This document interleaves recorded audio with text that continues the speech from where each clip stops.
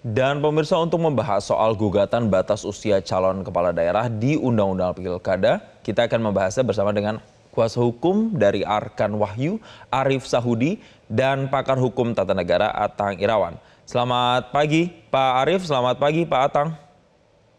Selamat pagi Mas, selamat pagi Pak Atang. Baik, terima kasih telah bergabung bersama kami di Selamat Pagi Indonesia. Mungkin saya pertama mau ke Pak Arief terlebih dahulu. Pak, klien Anda ini mengajukan gugatan ke Mahkamah Konstitusi. Apa yang kemudian menjadi alasan klien Anda menggugat ke MK? Alasannya ada dua Mas. Yang pertama alasan secara aspek hukum adalah kita mencari kepastian. Karena kalau kita melihat PKPU sejak tahun 2010 kan sampai 2004 ada 5 PKPU. Yang PKPU 1 dan 2 itu dihitung usia sejak pendaftaran. Kemudian PKPU ketiga dan keempat sejak penetapan pasangan calon. Baru tahun 2024 ini ditetapkan saat pelantikan. Nah, dengan adanya 5 PKPU yang merupakan tafsir atau tindak lanjut dari Undang-Undang Pilkada ini, maka kita ingin ada kepastian. Sebenarnya yang tepat itu di mana, dan yang berhak menafsirkan undang-undang itu adalah Mahkamah Konstitusi. Oleh karena itulah kita mengajukan ke Mahkamah Konstitusi. Poin apa sebenarnya yang ingin ditekankan atau yang ingin diubah dan kemudian masuk dalam gugatan klien Anda? Jadi kemarin itu kita mengajukan 2 permohonan, Mas. Yang pertama yang diajukan oleh Mas Sigit, itu kita ingin dimaknai bahwa penentuan sejak kapan adalah sejak pendaftaran. Kemudian yang Mas Arkan itu adalah sejak penetapan pasangan calon. Jadi ada 2 permohonan yang kita ajukan bersamaan kemarin. Baik, sekarang saya mau ke Pak Atang kalau begitu. Pak Atang, artinya ketika kemarin sudah diputuskan oleh MA terkait dengan PKPU-nya dan saat ini ada gugatan lagi masuk ke MK. Dan yang digugat adalah undang-undang pilkadanya. Berarti kalau nanti diputuskan oleh MK, ini KPU harus menjalankan yang mana? Ya, kalau kita lihat formulasinya dulu putusan MK ya. Dan KPU saya kira Ketua KPU sudah berkomitmen akan menjalankan putusan dalam skema judicial review termasuk ke dalam putusan di Mahkamah Konstitusi nanti kan begitu. Memang tadi juga dijelaskan bahwa dalam konteks syarat usia ini KPU sudah mengatur dalam 3 perspektif ya. Dan kalau kita lihat secara historis tadi juga sudah dijelaskan oleh Mas Arief. Dulu awal misalnya terkait dengan batas usia pencalonan itu adalah pada saat pendaftaran, kemudian penetapan paslon, dan terakhir ini akibat putusan Mahkamah Agung, kemudian pada saat pelantikan yang kemudian diakselerasi oleh KPU di dalam PKPU 8, khususnya di dalam pasal 15 mempertegas itu. Hanya memang yang menjadi catatan strategis adalah ketika sidang pendahuluan kemarin, MK mempertegas bahwa para pemohon untuk memperbaiki legal standing ya. Bahkan juga dipertegas di dalam persidangan untuk menunjukkan langsung apa kerugian konstitusional para pemohon misalnya ketika MK menafsir apa yang diputuskan oleh Mahkamah Agung. Bahkan yang kedua dalam pendapat MK, masukan MK terkait dengan pengujian yang lain misalnya terkait dengan batas usia, MK juga meminta ada nggak perbandingan di negara lain terkait misalnya perbedaan antara batas usia pasangan calon dan wakilnya kan begitu. Itu mungkin Mas. Baik, tapi begini Pak Atang, sekarang kan kita melihat prosesnya sudah berjalan. Yang calon-calon independen itu juga sudah mendaftarkan. Apakah nanti kemudian ketika putusan MK ini masuk dan harus dijalankan oleh KPU atau diimplementasikan oleh KPU, bukankah ini nantinya akan mengganggu proses pilkadanya?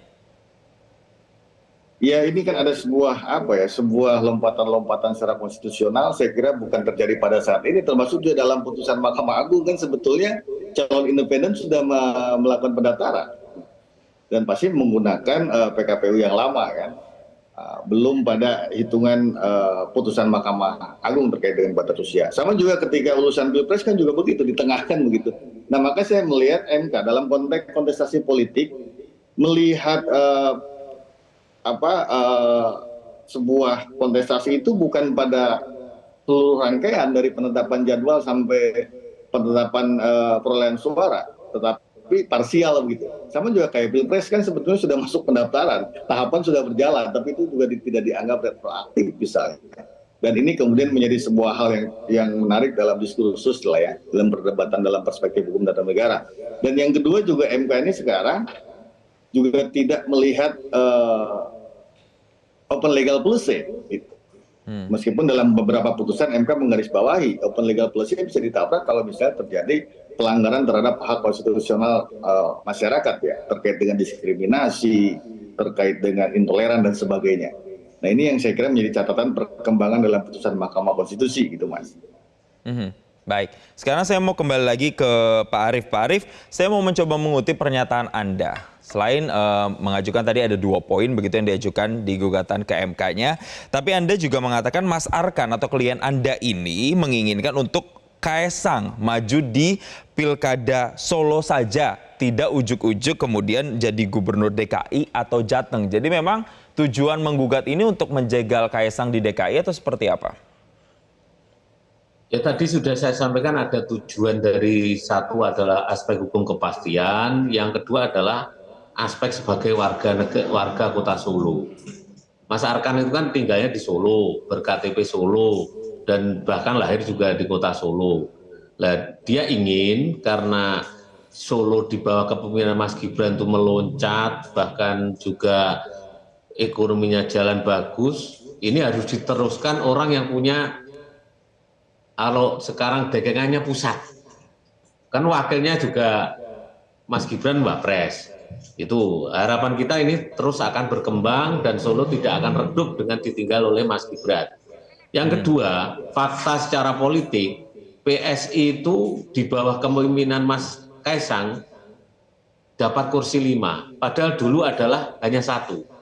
Artinya apa? Secara pragmatis kita bisa melihat partainya Mas Gibran ini meloncat hampir 400%. Ya, ini kan tanda-tanda bahwa dia diterima. Di kabupaten lain belum tentu, bahkan di Sukoharjo juga tidak dapat kursi, tapi di Solo dapat. Dari 1 menjadi 5. Itu masalahnya secara politik yang diharapkan oleh Mas Arkan. Oke, nanti saya akan lebih tanya lagi, lebih dalam lagi. Pak Arief, artinya ini memang sebenarnya tujuannya ingin mensukseskan, kemudian menjaga kesuksesan dari kepemimpinan yang sudah ada sebelumnya, atau memang ingin menurunkan saja kepemimpinan dari kakak ke adiknya begitu. Nanti kita akan bahas usai jeda berikut ini, pemirsa tetaplah bersama kami di Selamat Pagi Indonesia. Kami lanjutkan perbincangan, saya mau langsung lagi ke Pak Arief, saya mau mempertegas statement yang sebelum tadi kita jeda, artinya keinginan klien Anda untuk menggugat ke MK ini karena supaya kan Kaesang tetap majunya di Solo saja. Untuk kemudian melanjutkan kesuksesan kepemimpinan sebelumnya, atau sentimennya lebih kepada harus diturunkan saja dari kakak ke adiknya, dari Gibran ke Kaesang?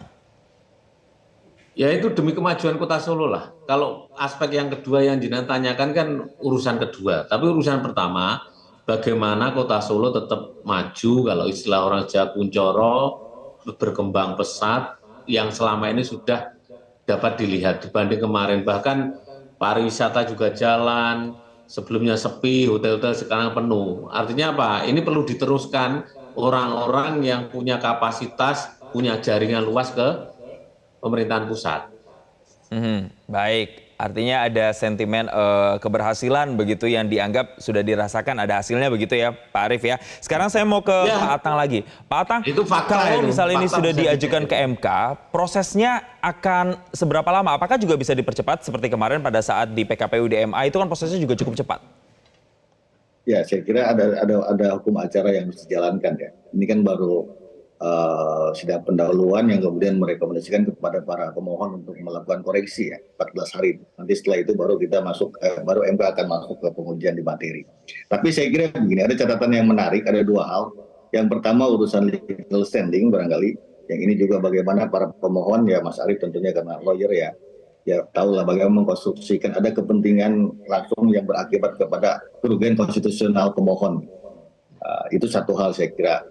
Memang kalau dalam skema kerugian pemohon, kalau pemohonnya mungkin sudah melakukan pendaftaran yang mendapatkan rekom dari partai politik untuk ikut dalam kontestasi politik, itu akan lebih mudah. Dan yang kedua saya kira juga perlu diperhatikan bahwa MK pernah memutus pengujian undang-undang terkait pasal yang sama ya Mas Arief ya, dulu yang diajukan oleh PSI misalnya.